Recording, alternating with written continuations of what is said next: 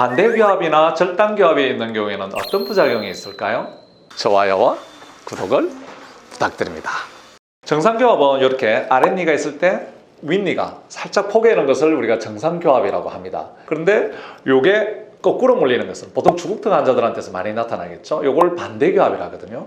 그리고 이 반대교합 중에서도 앞니끼리 살짝 부딪히는 것을 우리가 절단교합. 절단이라는 것은 앞니의 기능은 끊어먹는 기능이잖아요. 그래서 이 절단교합이라는 표현을 쓰는데, 이는 반대교합이 있다든지 절단교합이 있으면 큰 부작용이 몇 가지 있습니다. 첫 번째 부작용은 당연히 앞니끼리 부딪히니까 어떻게 되겠습니까? 치아가 약한 사람들 같은 경우에는 치아의 절단면에 파절이 생긴다든지 깨진다든지, 아니면 앞니 사이에 아주 미세한 금들이 이렇게 많이 가겠죠. 어떤 경우에는 이렇게 절단교합이 있더라도 치아가 정말 튼튼한 분들이 계세요. 이런 분들 같은 경우는 치아 마모가 거의 생기지 않는 경우를 간혹 볼 수 있는데, 이런 분들은 어떤 문제가 생기냐면은 치조골이라고 하죠.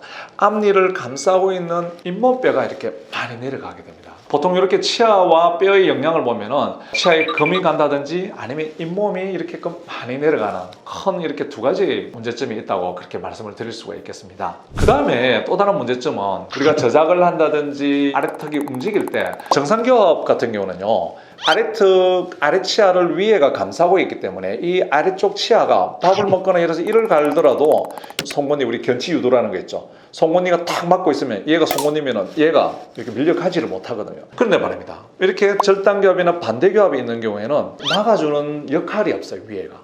그래서 아래턱은 지 맘대로 이렇게 옆으로도 갈 수도 있고 앞으로도 갈 수도 있고 움직이는 범위가 넓어진다는 거죠. 아래턱이 정말 자기 마음대로 이렇게 옆으로 움직이게 되면 당연히 이 턱 관절이라든지 또 과도하게 치아 마모라든지 여러 가지 부작용들이 발생할 수 있습니다. 그래서 이런 부종교합 중에서 치아가 거꾸로 물려 있다든지 절단교합이 있는 경우에는 반드시 교정치료를 해야 되는데요. 교정치료 방법은 몇 가지가 있겠죠. 첫 번째 방법은 당연히 치아 교정을 해서 이렇게 거꾸로 물리는 것을 바로 해줄 수도 있겠고요. 물론 철사 교정이나 인비즐라인도 가능하겠지만, 턱뼈가 이렇게 많이 자란 경우에는 당연히 양악수술 같은 수술과 치아 교정을 같이 동반해서 그렇게 부종교합을 치료를 할 수가 있겠습니다.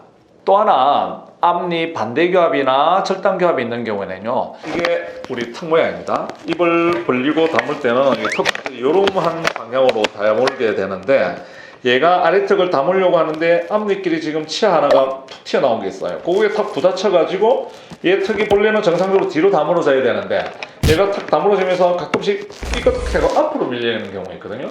이런 경우에는 우리가 교합척촉에 의한 반대교합 이렇게 표현을 하는데, 이런 경우가 참 좋지 않습니다. 정상적으로 이렇게 다물어져야 되는데 치아가 다물리면서 치아 하나가 부딪혀서 삐끗 앞으로 밀리게 되는 경우는 이 턱관절에도 무리가 따를 수가 있겠죠. 이런 부종교합이 있을 때는 반드시 빨리 치료를 해야 되겠습니다. 오늘 신박한 정리를 해드리면, 앞니가 거꾸로 물리는 반대교합, 절단교합이 있는 경우에 부작용은 치아가 부들되거나 금이 갈 수도 있고요.